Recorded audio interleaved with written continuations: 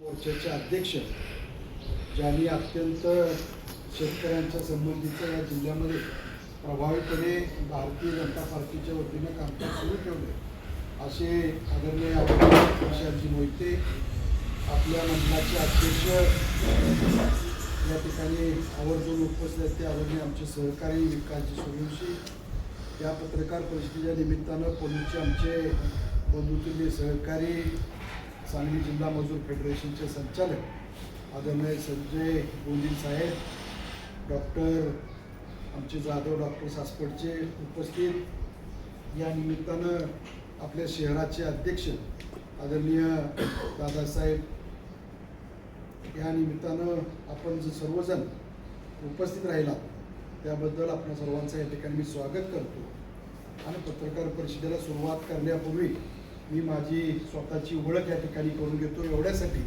की या ठिकाणी बरेच नवीन पत्रकार महोदय चेहरे या ठिकाणी दिसत आहेत ते कोणत्या दैनिकाचे कोणतं कामकाज करतायत त्यांची ओळख व्हावी या निमित्ताने 2 मिनिटाची ओळख पण आपण या ठिकाणी ठेवू. मी संग्राम संपतराव देशमुख मी राजाराम गरुड माजी जिल्हाध्यक्ष भाजप सांगली ॲडव्होकेट विशाल मोहिते जिल्हाध्यक्ष भाजपा किसान मोर्चा सांगली. नमस्कार, मी विकास सूर्यवंशी कडेगाव तालुका भाजपा अध्यक्ष. नमस्कार, मी संदीप गायकवाड कडेगाव शहराध्यक्ष. नमस्कार, मी संजय गोंदी पोलूस सांगली जिल्हा मजूर फेडरेशन संचालक. आता पत्रकारांनी सांगा कोण कुठल्या पेपरला आहे. आता जुन्यातले हे 2 मोठे 3 बाकी रजा आली माहीत आहे पण बाकी नवीन कोण कुठल्या प्रिंट मीडियाला इलेक्ट्रॉनिक मीडियाला मी गोरखा पाहुंदे दैनिक वळावक्रांती. दैनिक वळावक्रांती. Shivaji Mohite power Marathi news. सचिन मोहिते दैनिक महासत्ता तालुका प्रतिनिधी आणि महासंस्कृती यूट्यूब चॅनल. राकेश तिरमारे दैनिक लोकमत दुधंत. राजेश माडिक दैनिक जनप्रवास. विकास माने दैनिक बंधुता.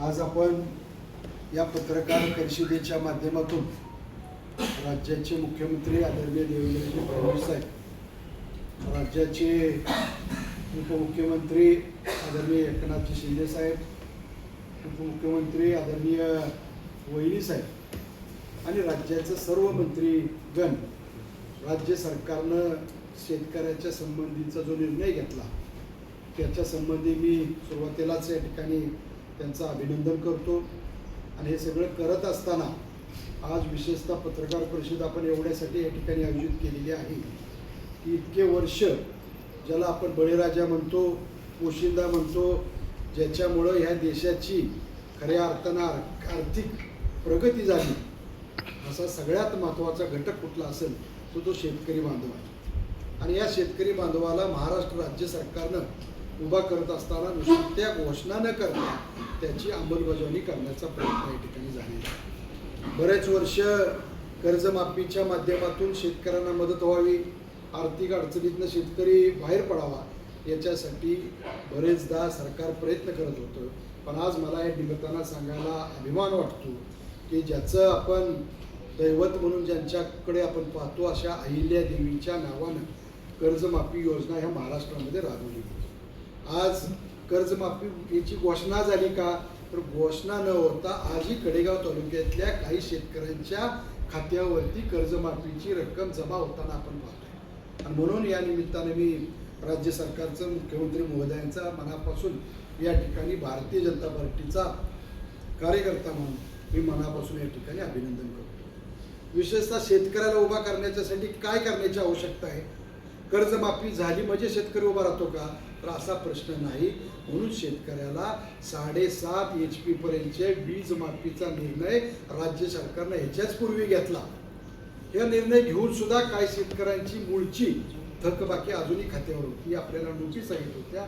अशा परिस्थितीमध्ये कालच मुख्यमंत्री महोदयांनी राज्य सरकारनं या ठिकाणी 7.5 HP पर्यंतची थकबाकी माफ करून शेतकऱ्यांना उभा करण्याचा प्रयत्न या ठिकाणी खूप मोठ्या प्रमाणावरती केला आणि म्हणून हे शेतकऱ्यांचं सरकार आहे.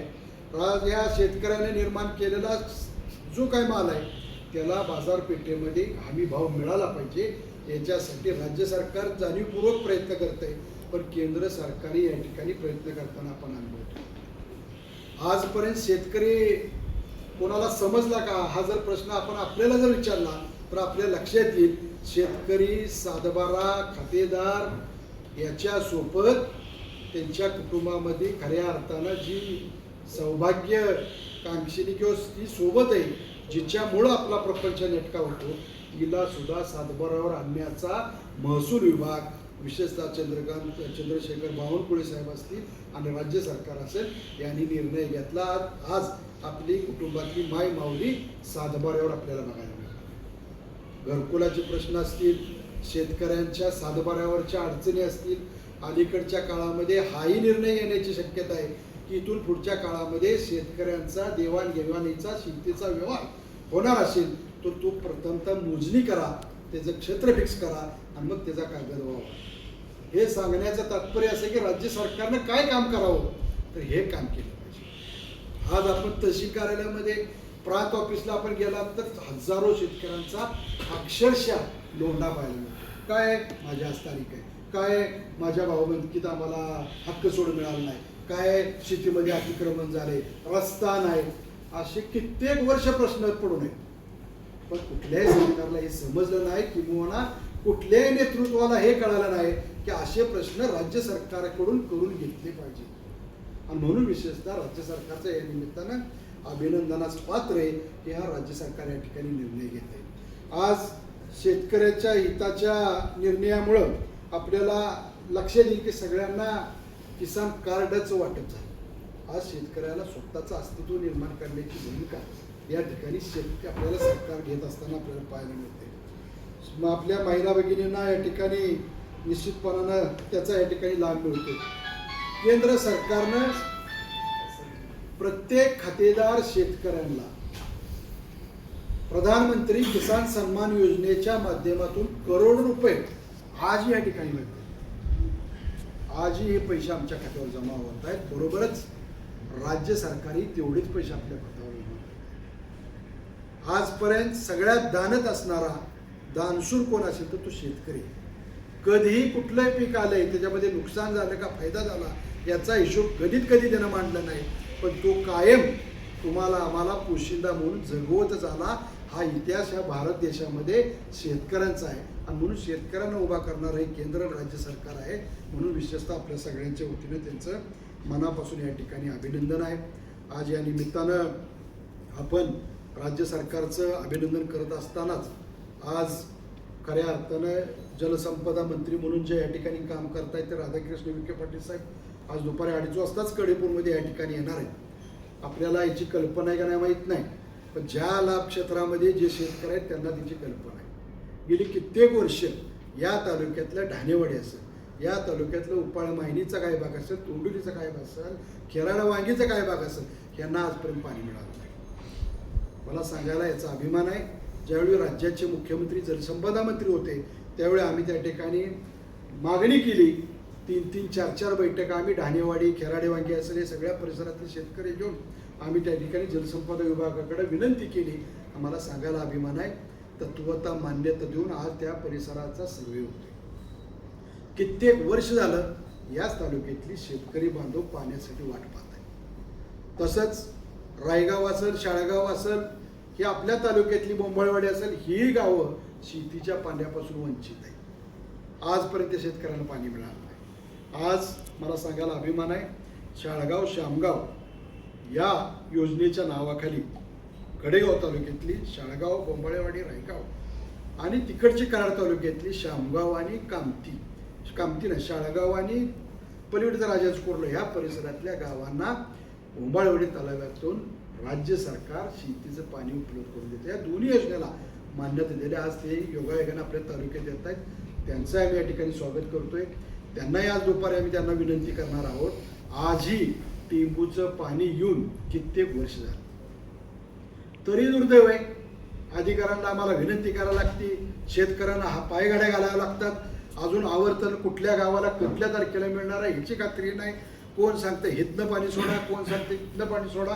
आमच्यासारखे पुढारी जाऊन उभा राहत आहेत, ते सांगतात मी पाणी सोडलं मग तुला पाणी मिळालं. माझी या निमित्तानं त्यांना विनंती आहे की आमच्या भागातल्या शेतकऱ्यांना खात्रीपूर्वक कळालं पाहिजे या दाऱ्याला इतक्या तारखेला इतक्या वाजता इतक्या दिवसाचं पाणी आम्ही सोडणार आहोत, त्या लाभक्षेत्रामध्ये एवढं क्षेत्र आहे त्याला इतक्या दिवसामध्ये पाणी पोचलं पाहिजे, अशा पद्धतीचं आमचा आग्रह आहे.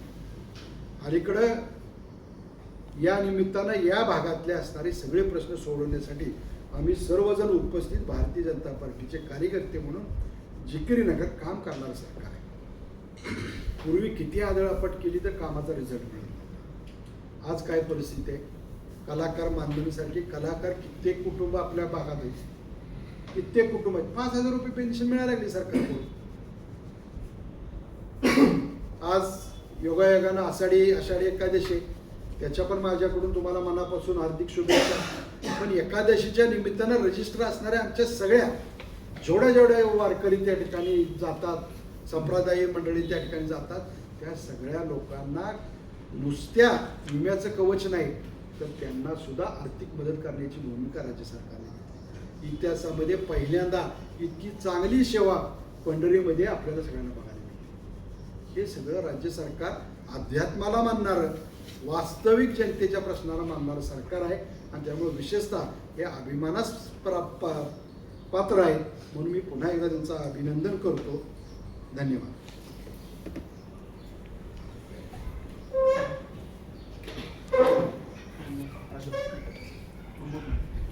आदरणीय लाडके मुख्यमंत्री, महाराष्ट्राचा जाणता राजा देवाभाऊ यांनी महाराष्ट्रातल्या सर्व शेतकऱ्यासाठी कर्जमाफीची घोषणा केली आणि या घोषणेबद्दल प्रत्यक्षात 2 वेळा याच मुख्यमंत्र्याच्या काळात कर्जमाफी झाली. 2014ला सुद्धा देवाभाऊच्याच काळात झाली आणि आत्ता सुद्धा देवाभाऊने ही कर्जमाफी शेतकऱ्यासाठी केली.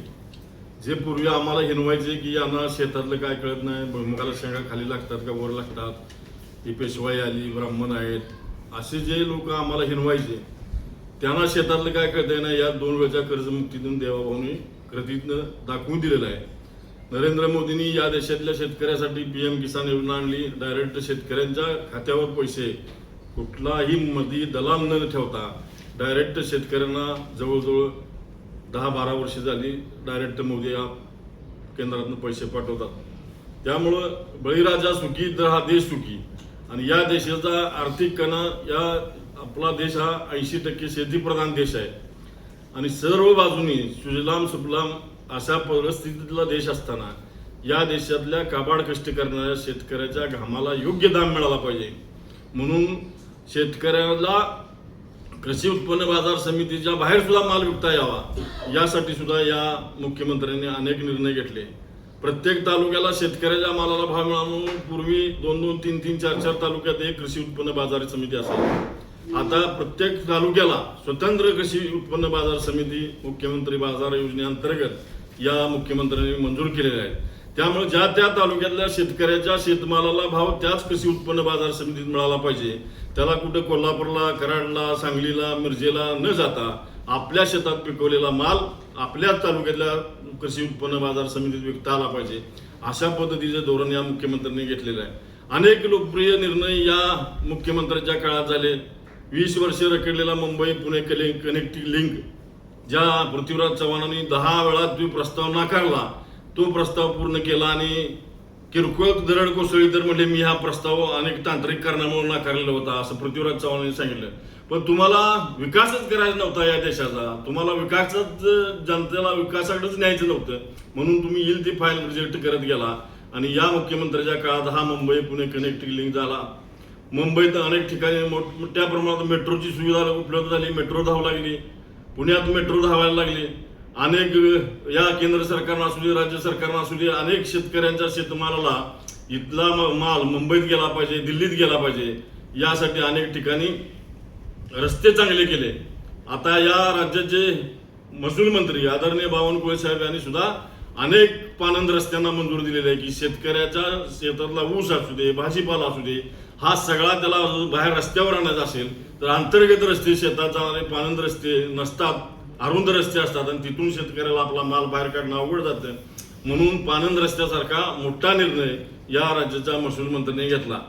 ताकारी टेंबू म्हैसाळ या योजनेची आवर्तन पूर्वी 10 वेळा मोर्चे काढायला लागायचे, आंदोलन करायला लागायचे, पण आता या सरकारच्या काळात दर 3 महिन्यांना एक आवर्तन तरी सुटते आणि म्हणून या भागातला शेतकरी या पाक सांगोला जत आटपाडी खानापूरपर्यंत या ताकारी मैसाळ टेंबूच्या पाण्यामुळं शेतकरी इथला शेती सुजलाम सुफलाम झालेली आहे आणि शेतकऱ्याच्या खिशात 4 पैसे उत्पन्न यायला लागले. ही या सरकारची कामगिरी आहे. या सरकारनं पूर्वी 5 HP लाईटचं बिल शेतकऱ्यासाठी माफ केलेलं होतं. लोकांचा असा शेतकऱ्यांचा आग्रह वाढायला लागला आणि दबाव यायला लागला लोकप्रतिनिधींचा की काय लोकांच्या 7.5 HP मोटर आहेत आणि 5 HP पर्यंत तुम्ही लाईट बिल माफ केले तर 7.5 HP सुद्धा लाईट बिल माफ झालं पाहिजे. म्हणून हा निर्णय सुद्धा मुख्यमंत्र्यांनी मागच्या मंत्रिमंडळाच्या बैठकीत मंजूर केला आणि शेतकऱ्याचं 7.5 HP पर्यंतचं बिल सुद्धा या सरकारनं माफ केले. या कर्जमाफीबद्दल परवाच मुंबईत भारतीय जनता पार्टी किसान मोर्चा महाराष्ट्र प्रदेशाच्या वतीनं यशवंतराव चव्हाणच्या हॉलमध्ये मोठ्या प्रमाणात महाराष्ट्रातल्या किसान मोर्चाच्या सगळ्या शेतकऱ्यांनी मुख्यमंत्र्यांचा मोठा सत्कार केलेला आहे. याच पद्धतीने कर्जमुक्ती केली म्हणून आता आमचे जिल्ह्याचे अध्यक्ष किसान मोर्चे याही आपल्या सांगली जिल्ह्यात 10-20 हजार शेतकऱ्यांना ज्यांना लाभ झालाय, प्रत्यक्षात कर्जमाफीचा लाभ झालाय, अशा सगळ्या लाभार्थ्यांना PM किसान योजनेचा ज्या शेतकऱ्यांना लाभ झालाय अशा सगळ्या लाभार्थ्यांना एकत्र करून 20,000 शेतकरी एकत्र करून आदरणीय माननीय मुख्यमंत्री देवाभाऊंना इथं बोलवून त्यांचाही सत्कार या किसान मोर्चाच्या वतीनं सांगली जिल्ह्याच्या वतीनं आम्ही करणार आहोत.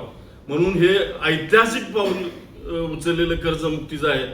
कर्जमुक्तीचा लढा हा अनेक वर्षापासून शेतकरी संघटना असू दे, वेगवेगळ्या संघटना असू दे, शेतकऱ्यासाठी रस्त्यावरून अनेक प्रकारचे आंदोलन करत होते, परंतु प्रत्यक्षात बळीराजाला न्याय देणारं हे सरकार आहे. आदरणीय देवाभाऊंनी या शेतकऱ्याला महाराष्ट्राला आनंदी केलेला आहे.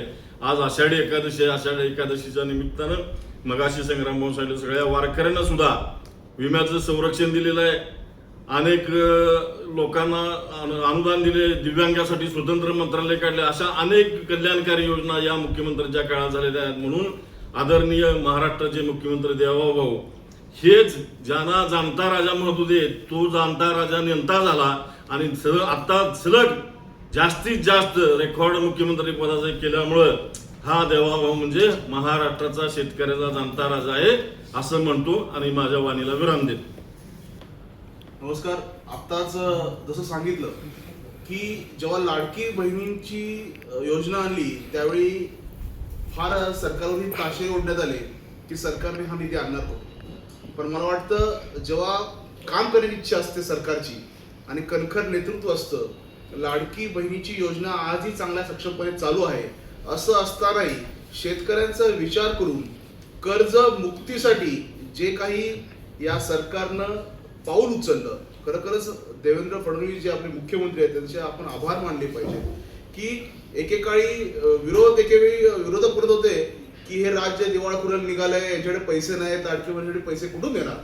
अशाच या सरकारने, भाजपा सरकारने, मुख्यमंत्री देवेंद्र फडणवीस असतील त्या मंत्रिमंडळाने असा निर्णय घेणं की कर्जमुक्ती अतिशय कौतुकास्पद आहे. दुसरं म्हणजे कर्जमुक्ती केली ती केली जेव्हा भारतीय जनता पार्टी किसान मोर्चातर्फे आमचे माननीय सन्माननीय प्रदेशाध्यक्ष रामकृष्ण वेताळ यांनी की सांगितलं की सीएम साहेबांना सांगितलं की ठीक आहे आपण आता वीज कनेक्शन तोडत नाहीये, पण भविष्यात या बिलाचा एक्स्ट्रा बोजा त्या शेतकऱ्यावरती आहेतच, इंटरेस्ट काही चुकणार नाही, महावितरण काही माफ करणार नाही, याबद्दल विचार करण्यासाठी भाजपा किसान मोर्चाने विनंती केली.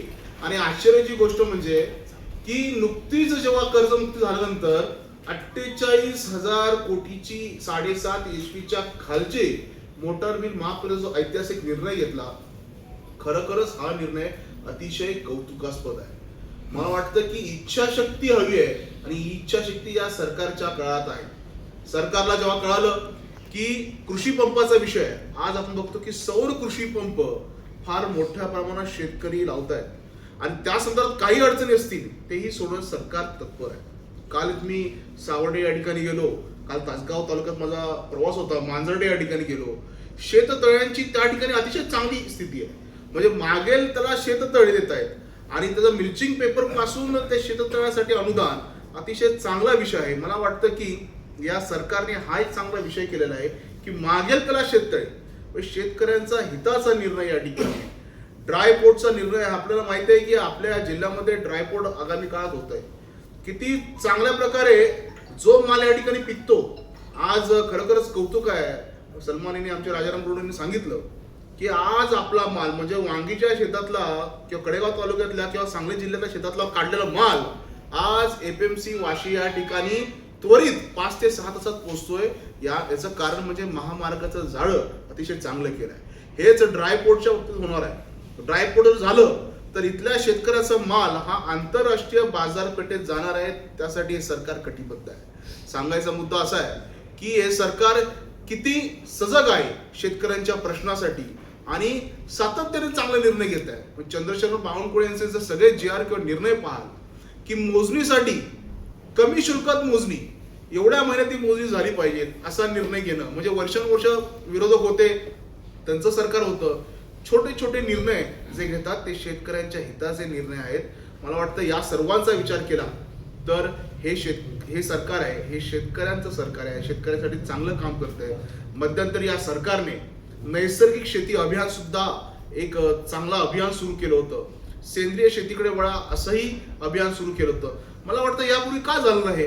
सन्माननीय केंद्रीय कृषी मंत्री शिवराज सिंग चौहान यांनी हे अभियान चालू केलं. जेव्हा त्यांना कळालं की बऱ्याच जमिनीचे पोत घसरतोय, शारपट झालेत, काय करायचं. म्हणजे या अगोदरच्या केंद्र सरकारने हे अभियान केलं नाही, परंतु भारतीय जनता पार्टीचं हे शेतकऱ्यांच्या प्रति जाणीव असलेलं सरकार आहे. केंद्रीय कृषी मंत्र्यांनी त्यात इनिशिएटिव्ह घेतला.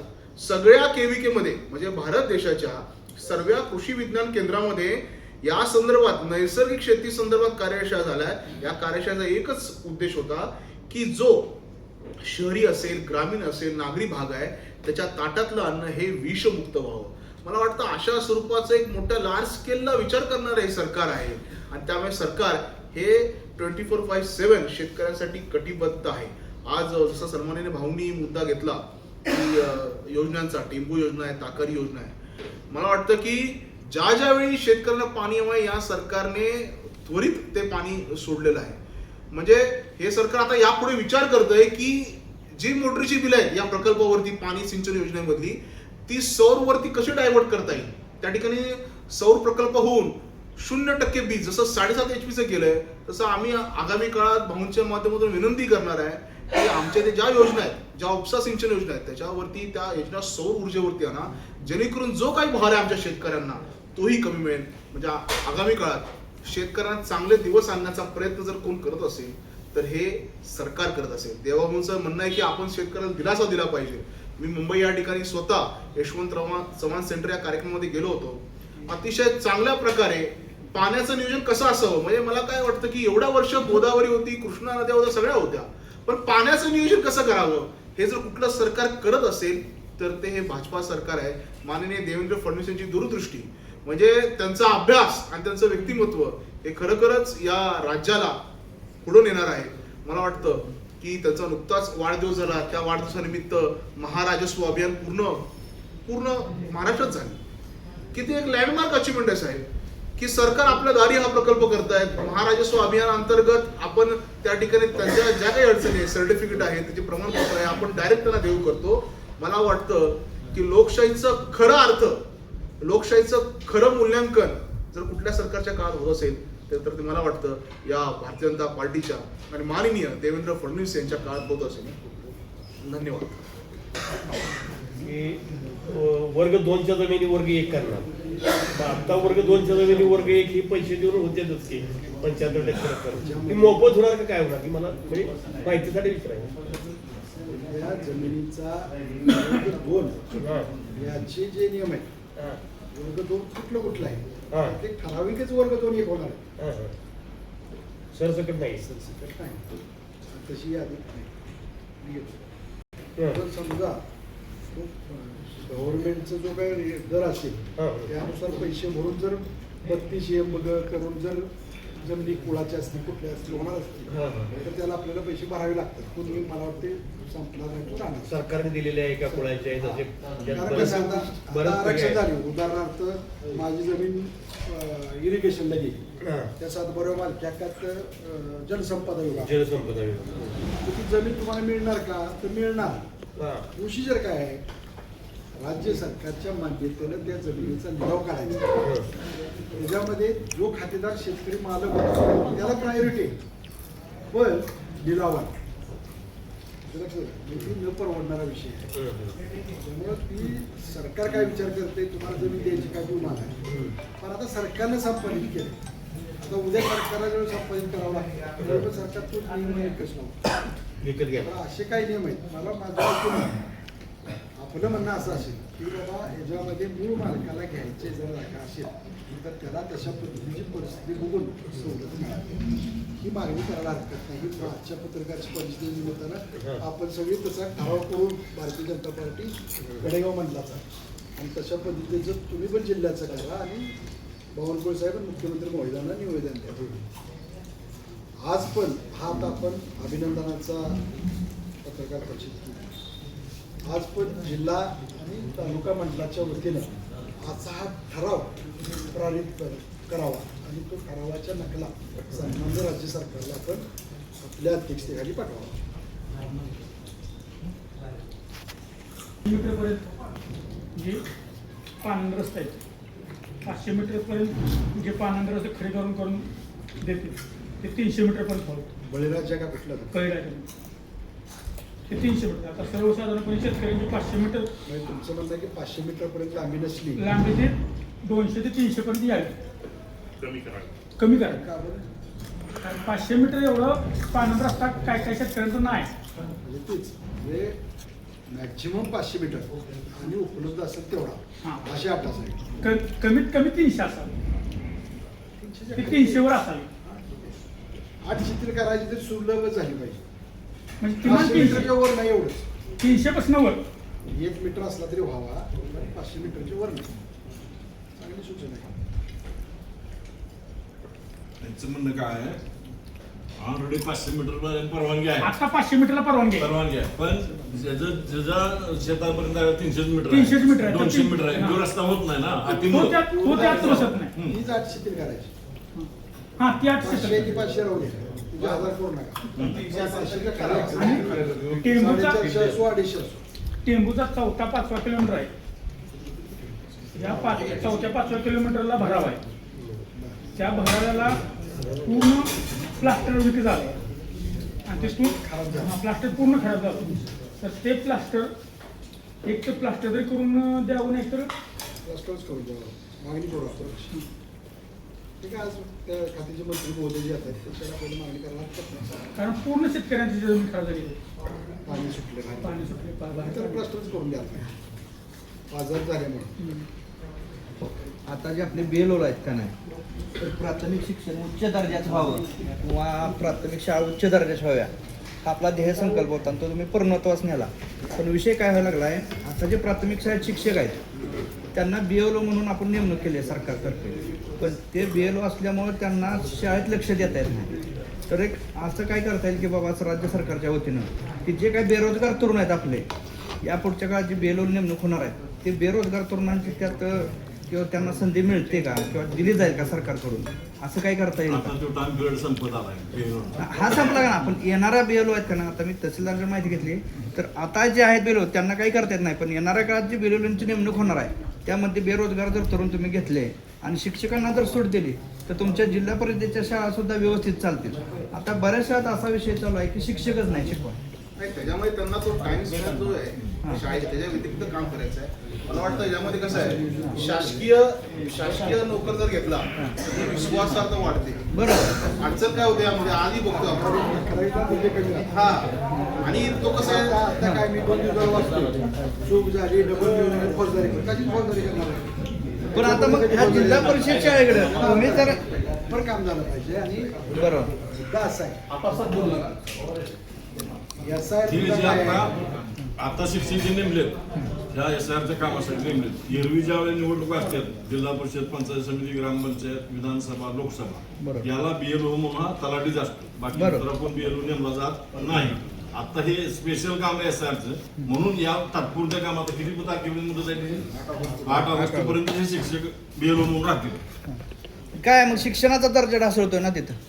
आणि त्याचा बॅलन्स केला पाहिजे. पण विश्वासार्थ विषय, मी जेव्हा सरकारी नोकर माझ्या घरी गेलो म्हणून येतो, बरोबर. त्याची विश्वासार्थ वाटते. नाही. पण एक त्रयस्थ माणूस झाला ज्याची लायबिलिटी काही नाही, त्याचं कंत्राटीकरण होऊन जाईल. काही गोष्टी बॅलन्स केलं पाहिजे. कामकाज करत असताना कुठलाही विषय जन्माला आला की त्याला पर्यायी उत्तर आपण शोधत असतो. बरोबर.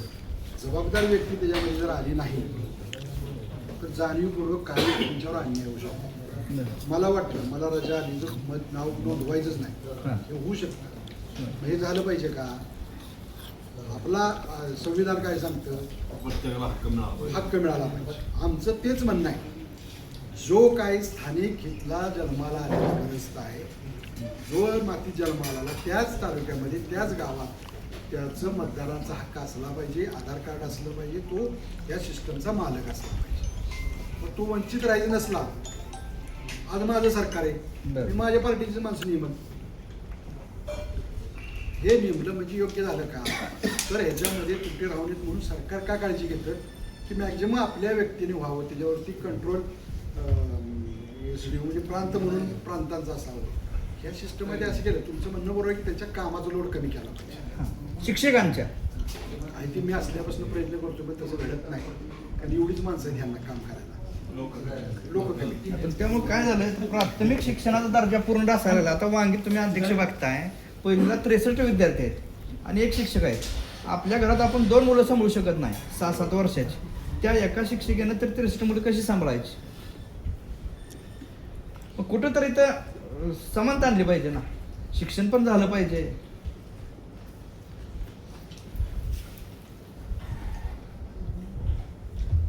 म्हणजे प्रत्येक ठिकाणी हा विषय व्हायला लागलाय असा.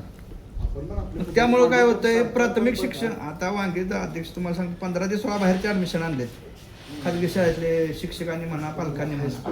नाही मराठी शाळेत झेडपीला, खाजगी इंग्लिश मिडियमला होते. म्हणजे आपण आणले की ते पालक आले. नाही शिक्षकांनी आणि इतर पालकांनी, का तर 2 पट वाढला पाहिजे, 2 तुकड्या झाला पाहिजे म्हणून पालकांनी आणले, शिक्षकांनी आणले. पण हे जर असं व्हायला लागलं प्राथमिक शाळेत तर पुन्हा कल इंग्लिश मिडियम किंवा खाजगी संस्थेकडे वाढतोय आणि वाढलेत ऑलरेडी. आता हा जिल्हा परिषदेने याची काळजी घेतली पाहिजे. मी तुम्हाला जेवढे काम केले म्हणून जबाबदारी सांगतो. येणारा काळ हा जिल्हा परिषद शाळेतच असेल. कसली कुठली शाळा असो, पोरं शिकणार नाही. बरं. माझा छातीत ठोकून दाव आहे. त्याचं कारण असं आहे, तुम्ही कडेगाव, कडेपूर, वांगी जी काय मोठी गाव आहे, 300 पेक्षा जास्त पटाची संख्या असणारी झेडपीची शाळा आहे. बरोबर. त्या शाळेमध्ये तुम्ही नुसतं जर लक्ष दिलं तर पालकांच्या 4 चाकीपासून 2 चाकीची गर्दी आता मुलांना आणायला सोडायला. पण झेडपीच्या शाळेत ॲडमिशन घेतलं. आपण ज्यावेळी निर्णय घेतला झेडपीच्या शाळेच्या सुधारणेचा, मी त्यावेळी कदम साहेबांच्या नावाने एक स्पर्धा परीक्षा चालू केली. उर्दू, इंग्लिश, हिंदी, मराठी सगळ्या विषयाची स्पर्धा परीक्षा जिल्हा परिषद शाळेत होतात, स्कॉलरशिप. आणि त्याच्यामध्ये मुलं तुम्हाला झेडपीची चमकले नाव यादी चक्रा तुम्ही. मग त्याच्यामध्ये सिटी हायस्कूलपासून सांगली शिक्षण संस्थेच्या कुठल्या शाळेचं घ्या, खाजगी पटवर्धन घ्या, कुठली शाळा घ्या, जे नामांकित शाळा आजही चांगल्या चालवतात, स्वामी रहित कुठली घ्या, पण झेडपीच्या शाळेच्या विद्यार्थ्यांचा टक्का तुम्हाला बघायला मिळतो. IAS, IPS, क्लास 1, क्लास 2 सगळे अधिकारी 7वीपर्यंत जिल्हा परिषदला शाळेत शिकलेली मुलं आहेत. त्यामुळं तुम्ही जो मुद्दा मांडला तो वाचते, तर आपल्या सगळ्यांचं लक्ष झेडपीच्या शाळेवरच असलं पाहिजे. ती टिकला की पाया मजबूत. बरोबर. अलीकडे पण सरकारने निर्णय घेतला, बाबा तुम्हाला TET वगैरे झाल्याच्या भरती नाही. बरोबर. या शाळेचा बेस कसा चालू झाला, गावातला पुढारलेला लिखाण वाचन करणारा व्यक्ती कोण आहे, तो शिक्षक. अशी सुरुवात झालेली शाळा आज आता एकदम टॉपची शिक्षक नेमायला लागली. हे बदल आहे. आणि येणाऱ्या काळात पण राज्य सरकार, केंद्र सरकार आता अजून एक निर्णय घेते बघा, की जे आपण होतो इंग्लिश मिडियम, CBSE नामुक तमुक ही जिल्हा शाळेत चालू होते आता. चालू आहे आता. हे होते. ही ज्या दिवशी होईल, तसं पवार साहेबांचा सारखा मुलगा 50,000 रुपये भाडं महिन्याला देऊन करायला शाळेत जाणार नाही, तो झेडपी शाळेतच आहे. माझा अनुभव आहे, मी पहिल्या वर्षी 3,000 मुलं इंग्लिश मिडियमची जिल्ह्यात, सांगली जिल्ह्यात 3,000 मुलांची इंग्लिश मिडियमची जूनला झेडपी शाळेत आणली नाहीत आले त्यावेळी. आपलं सगळं लक्ष त्या शाळेला असलं. चांगलं आहे. कडेगाव शाळा सुटताना बघा की होय आहेत शाळेत. पालक 4 जागेत आपण भरपूर गर्दी. आमच्या वेळी कोण येत नव्हतं पालक द्यायला. स्मार्ट स्कूल, स्मार्ट PC, याच्यामध्ये शाळा घातल्या, जी दवाखाने घातली, कोटी रुपयाची इमारत केली आपण. बरोबर. आमच्याच कडपूरच्या शाळेचं पृथ्वी संग्राम संस्थेचं दादासाहेब यादव अध्यक्ष CSR मधनं लायब्ररीचं काम सुरू आहे. आमच्या गावातली कुठली इमारत बघा, ग्रामपंचायत बघा, दवाखाना बघा, गाळे बघा, जिल्हा परिषद शाळेचे गाळे बघा, इमारती बघा, एकदम सुसज्ज.